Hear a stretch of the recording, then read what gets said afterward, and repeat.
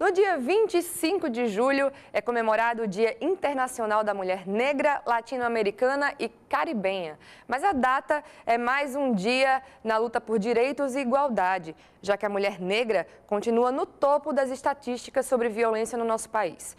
No programa de hoje, nós vamos entender a origem dessa data e a sua importância.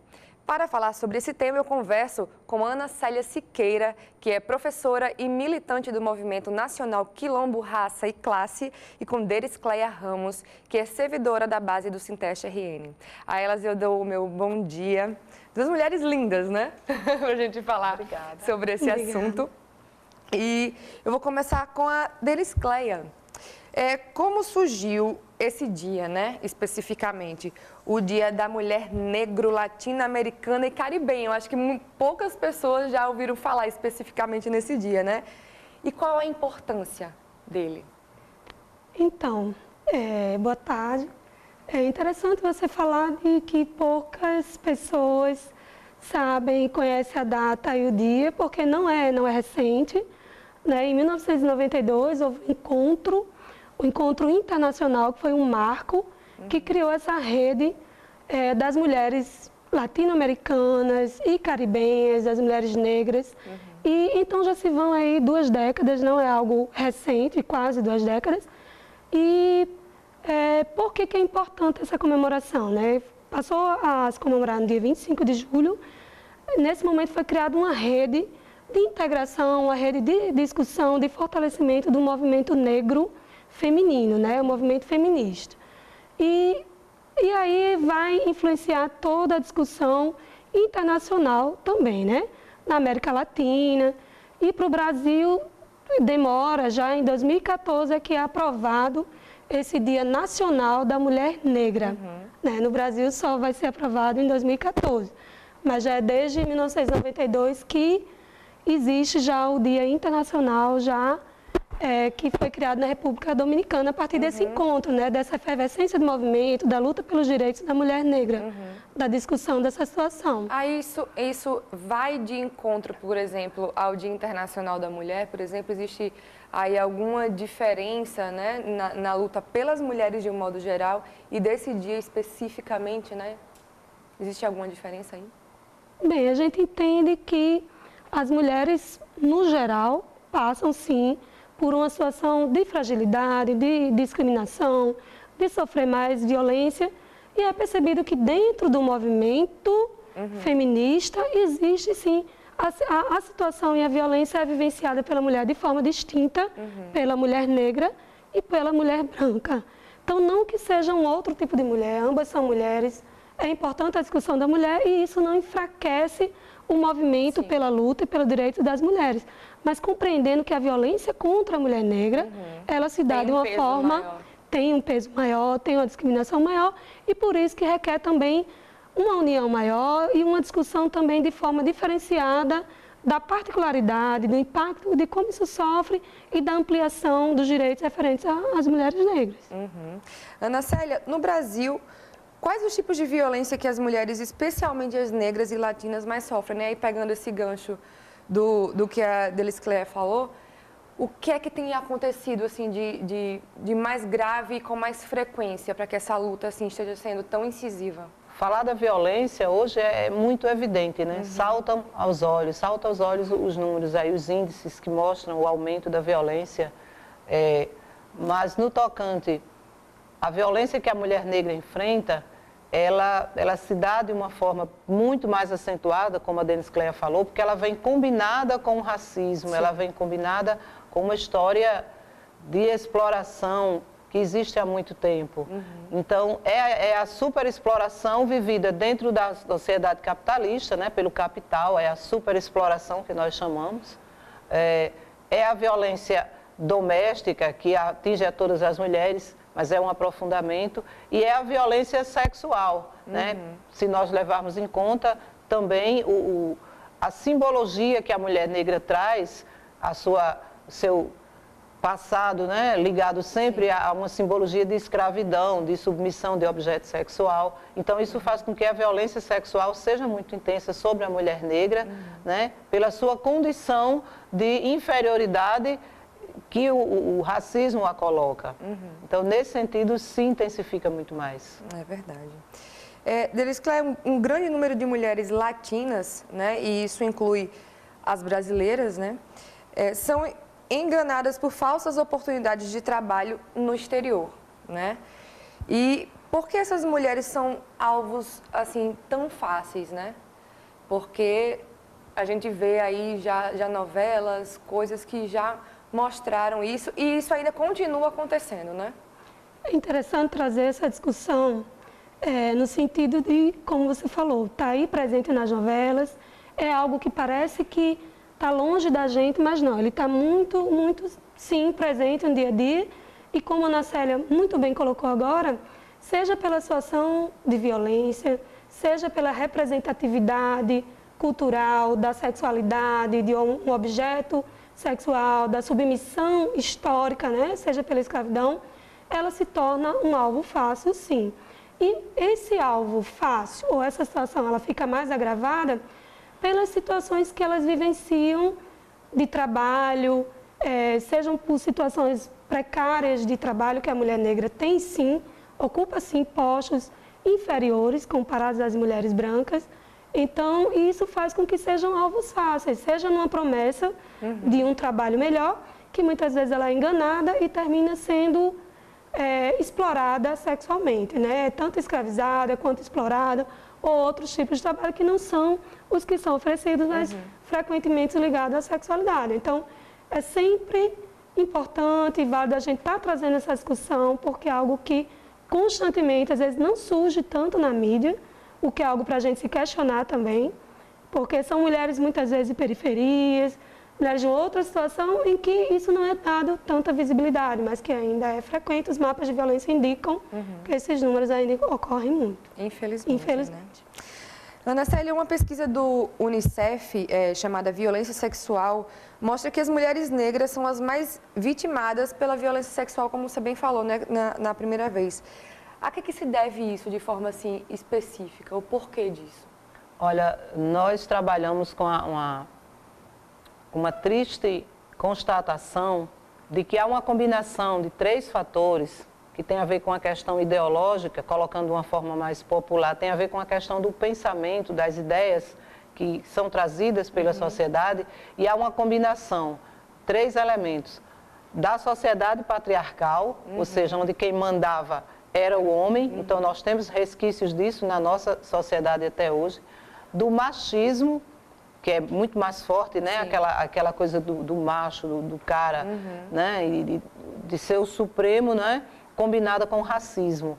Então, a mulher negra, se todas as mulheres, de um modo geral, se elas não são donas do seu corpo, donas da sua vontade, que isso está por trás de toda a violência sofrida contra a mulher, se ela não é dona do seu corpo, ela não é dona da sua vontade, se ela não pode decidir o que fazer, se ela não pode decidir com quem ela vai viver, se ela gosta, se ela não gosta, se ela não tem o direito de estar sozinha num lugar. Mais ainda uma mulher que secularmente foi vista como que nem ser humano era, porque isso estava na origem da escravização, na origem do período escravocrata, que era aqueles seres que eram tratados como objetos, que nem gente eram vistos, né? Então, até hoje existe resquício disso pelo fato de aquela pessoa que está ali, se não é objeto sexual, usando um linguajar assim, de forma bem popular, se não serve para ir para a cama ou se não quer ir para a cama, merece morrer, merece apanhar, merece ser agredida,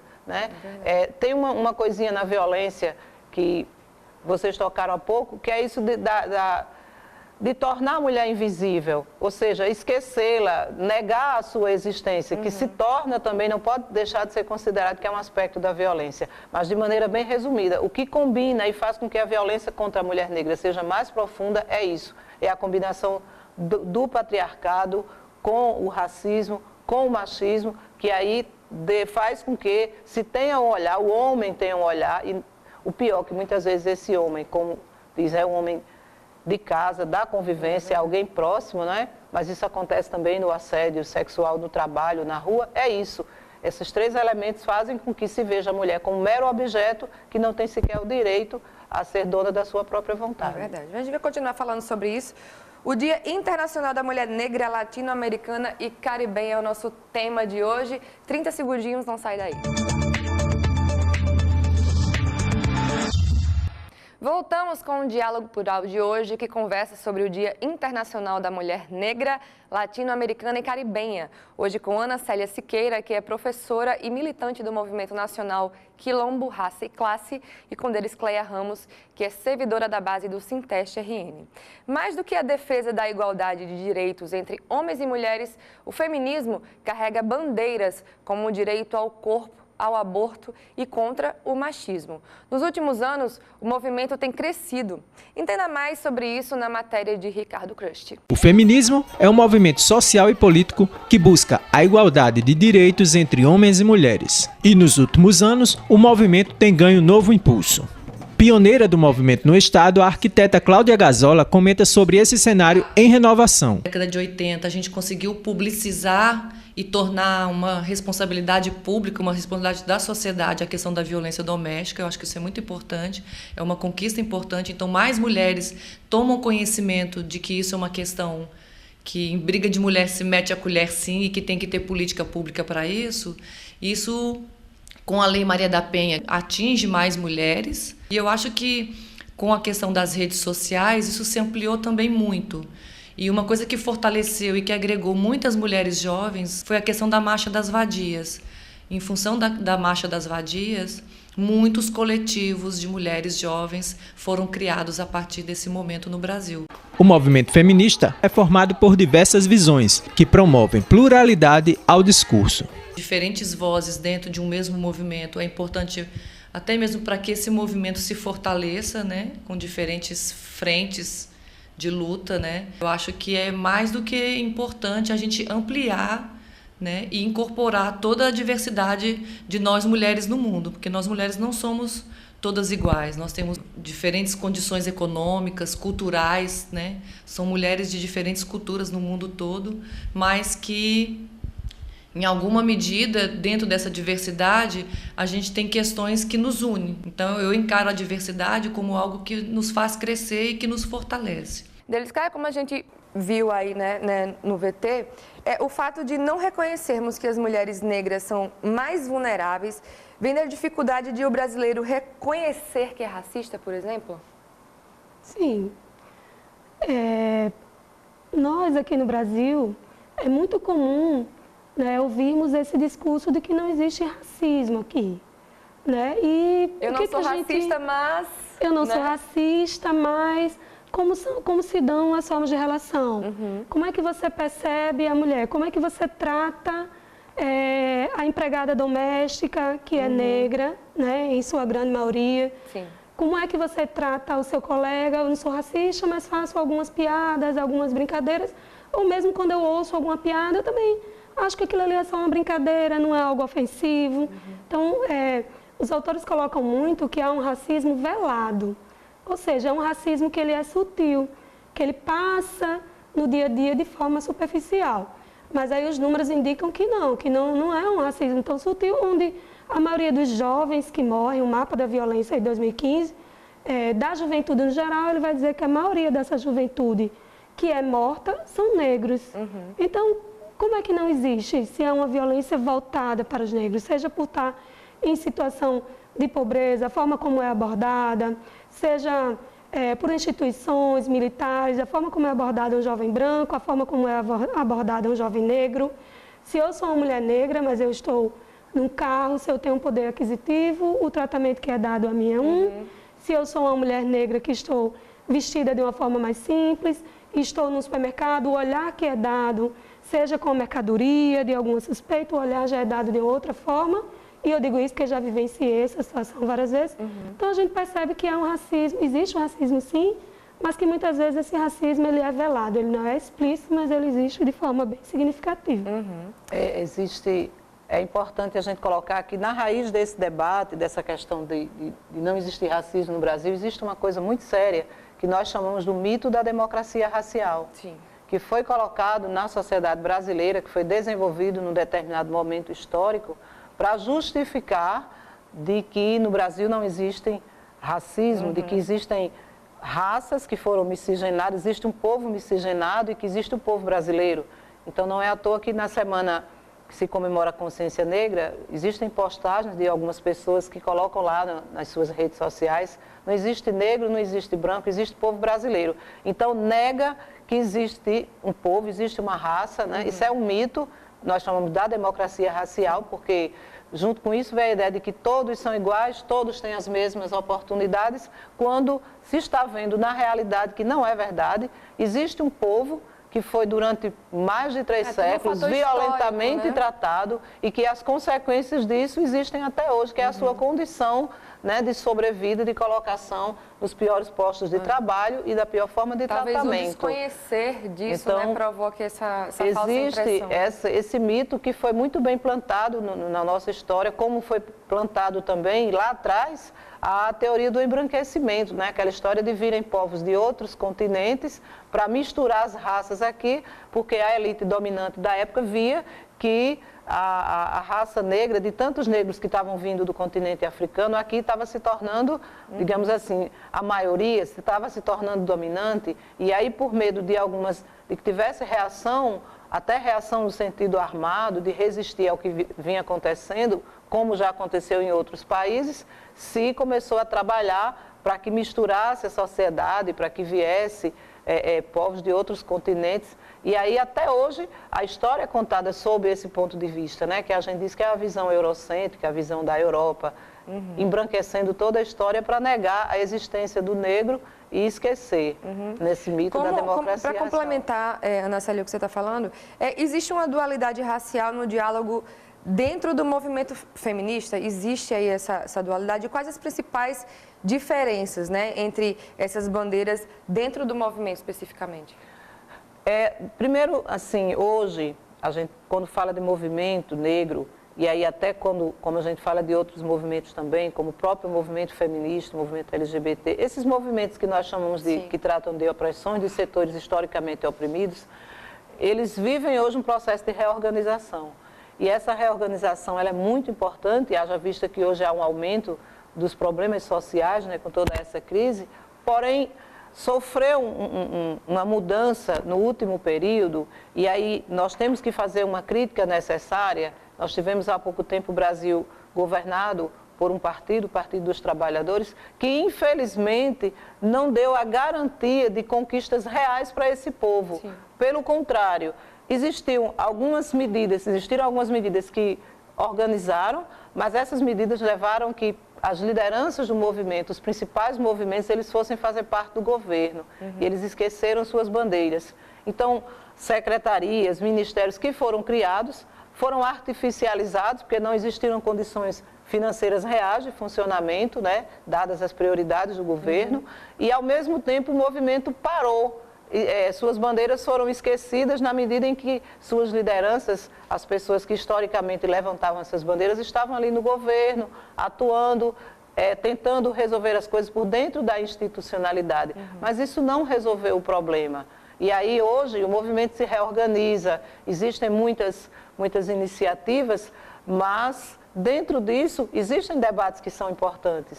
Né? E aí eu gostaria de frisar, por que nós fazemos parte do movimento que se chama Quilombo Raça e Classe? Porque para nós o debate não é um debate só de raça, né? É um debate de raça combinado com a questão de classe, porque há pouco tempo ela falou, uma mulher negra que tenha visivelmente condições financeiras, que tem um melhor posicionamento social, ela é tratada diferente de uma mulher negra de periferia. No próximo bloco a gente continua com esse assunto. Não sai daí não, tá? 30 segundinhos e a gente já volta.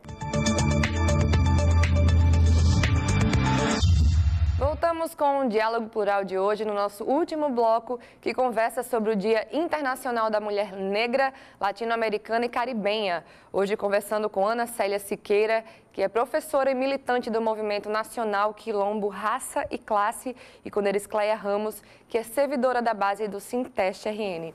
Vamos tentar, de alguma forma, concluir esse assunto, que é muito amplo, né? A gente tem pouco tempo, mas vamos tentar.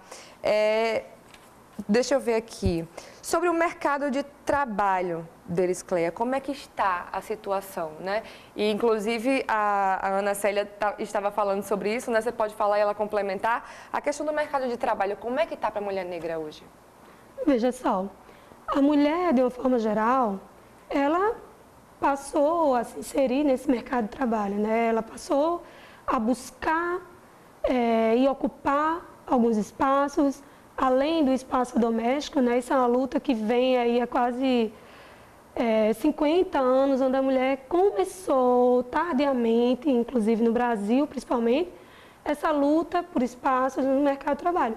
E a mulher negra não foi diferente, ela vem também buscando, enquanto mulher, se inserir, galgar, ocupar espaços e postos. Mas, infelizmente, a mulher negra, ela ocupa postos, sim, inferiores. Tem uma pesquisa aí do DIEESE que mostra isso claramente, que seja com salários inferiores ou com trabalhos precários também. Sejam precários em termos de regulamentação, né, de trabalho que não tem uma garantia de direitos trabalhistas. E, além disso, a gente vê também essa discriminação, esse racismo, seja também na seleção dos postos de trabalho. Em que sentido? Quando é colocado numa seleção que aquela mulher tem uma boa aparência. O que está querendo dizer com essa boa aparência? Né? A mulher negra, ela tem uma boa aparência, a mulher com o cabelo afro, ela tem uma boa aparência, né? Então, tem esse racismo velado também, quando muitas vezes escolhe uma mulher branca, seja para um trabalho que tem uma certa visibilidade. Então, não é de hoje que a gente percebe isso. O que é uma boa aparência? Eu tendo o meu cabelo afro, o meu cabelo negro, isso quer dizer que é uma má aparência? Então, isso também restringe alguns espaços e algumas oportunidades. É sobre isso mesmo que eu vou falar com a Ana Célia agora. É que o marketing, né, agora a indústria da moda, de cosméticos, está investindo muito, né, muito pesado com essa história de blogueira, de redes sociais e tudo mais, nas chamadas minorias, por exemplo, os negros e LGBTs, né? Você enxerga isso de maneira positiva? Por um lado, para nós, isso tem a ver com as lutas, tem a ver com as reivindicações dos movimentos, é verdade, porque os movimentos eles não se calam, eles continuam, né, reivindicando o seu lugar, né, mas tem um aspecto que precisa ser visto. Primeira coisa, esse mercado não está para todo mundo. Então, nós continuamos dizendo, como o debate é de raça e classe, então, existe um mercado para a mulher negra, de cosméticos para a mulher negra, para cabelo, de moda, afro, de tudo. Mas não são todas as mulheres negras que têm acesso a esse mercado. Isso, é verdade. Né? Então, existe aquela mulher que vai ter condições de consumir. Muitas vezes ela pode ser até patroa de uma outra que está lá na casa dela, uma empregada que não tem condições de acesso a esse mercado, a esse produto. E existe outro aspecto que precisa ser visto, que é o perigo de se padronizar, assim como nós vivemos por um tempo a ditadura da pranchinha, do cabelo liso. Nós corremos o risco de entrar na ditadura do cacho, do black, porque a negra tem que estar de black, porque a negra tem que estar vestida ela pode usar o cabelo dessa forma ou daquela outra. Então, vive de uma forma imposta. E nós temos que estar atentos a isso. Para nós é um avanço, porque isso tem feito com que muitas pessoas até se autodeclarem, que para nós a autodeclaração é uma coisa muito importante, alguém se reconhecer como negra, se assumir com o seu cabelo, com a sua pele, com a sua aparência. Então, está saindo de uma situação de opressão, que é muito séria, mas existe esse reflexo. Ainda, se me permite, porque assim, eu estou com a língua coçando para falar isso, eu não ia sair daqui me sentindo bem se eu deixasse de falar. Quando fala mercado de trabalho, acho que nós aqui nesse programa não poderíamos jamais esquecer que está sendo aprovada uma reforma trabalhista, né? Uma reforma da Previdência que o governo está fazendo tudo para aprovar. Foi aprovada a terceirização.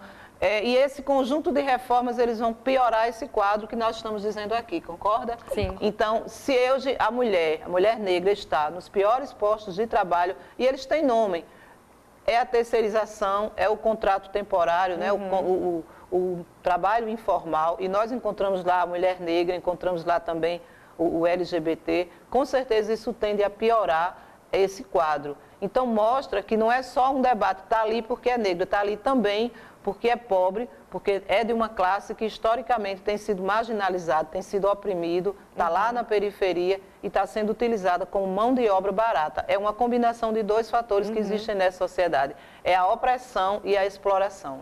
Então, para a gente finalizar, né, eu vou ampliar essa pergunta para as duas. É possível enumerar quais os avanços e desafios das políticas públicas para as mulheres, né? E o que é que, historicamente, que eu ouvi você falando em off, que a história, de certa forma, foi escrita por homens, não é? E muito não se sabe do que é que a mulher, principalmente negra, passou ao longo da história, né? Então, hoje, o que é que a gente pode dizer de avanços, de desafios, já que a gente está falando sobre esse Dia Internacional, né? Veja só, eu considero um avanço a gente conseguir perceber que existe, claro, que um movimento em defesa dos direitos das mulheres, mas compreendendo que existe uma categoria que, por questões específicas de raça, de etnia, ela sofre, sim, um impacto maior, seja de desigualdade, seja de violência, que é a mulher negra. Então, considero um avanço haver uma discussão maior, seja um dia, seja o simbolismo disso aí.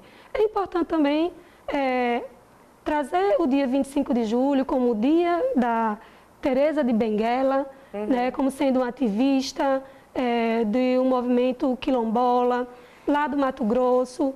Então, assim, que para o Brasil não tem uma visibilidade. Então, nós mesmos, mulheres e negras, não conhecemos a nossa história. Rapidamente, para encerrar, que a gente está com o tempo curtado. É assim, primeiro que fazer o debate é muito importante. Sim. Isso traz à luz todo um elemento que é historicamente, que sempre é escondido e tal. Então, a gente está falando aqui de uma data em homenagem a uma mulher que foi líder, né, do movimento, como existiram outras. Então, eu como professora, durante muitos anos, falava com meus alunos sobre o Quilombo dos Palmares e a gente falava em Zumbi dos Palmares. Sim. Ninguém falava em Dandara, que foi sua companheira, que foi guerreira ao lado dele. Verdade. Como tantas outras mulheres na história do Brasil, a Cotirene, Luísa Maim, que esteve também aí liderando movimentos, e as mulheres de hoje. É muito importante lembrar das mulheres negras de hoje, que estão lá nas favelas, nos morros, e que são as primeiras a descer para o asfalto para reivindicar os filhos mortos pelo genocídio, pela violência, que são as que estão batalhando para criar as famílias, liderando, chefiando famílias. Então, isso é muito importante. Existem ações afirmativas, como políticas públicas. É importante reconhecer que isso é um primeiro passo, mas não são suficientes, porque nós precisamos de mudanças sociais que venham de uma forma geral a beneficiar o conjunto da classe trabalhadora. Então, a luta das mulheres negras não é uma luta só das mulheres negras, nós temos também essa diferença em relação a muitos setores do movimento, chamados de racialistas, que falam só na luta da mulher negra, mas tem que ser uma luta da mulher negra pelas suas questões específicas, junto com o homem negro, que também sofre opressão racial, e de todos os homens e mulheres da classe trabalhadora, exatamente para uma mudança social na sua condição, nesse sistema que está aí oprimindo a todos nós. Ana Célia Desclé, muito obrigada pela presença das duas. Espero vê-las aqui novamente para a gente continuar esse assunto. E se você quiser mais informações sobre o nosso Diálogo Plural, acompanhe as atualizações no nosso Twitter, o @SintesteRN, no nosso site, o www.sintestrn.org.br, ou no nosso Facebook, que é o facebook.com/SintesteRN. Para você, um ótimo sábado e até a semana que vem, se Deus quiser. Tchau, tchau.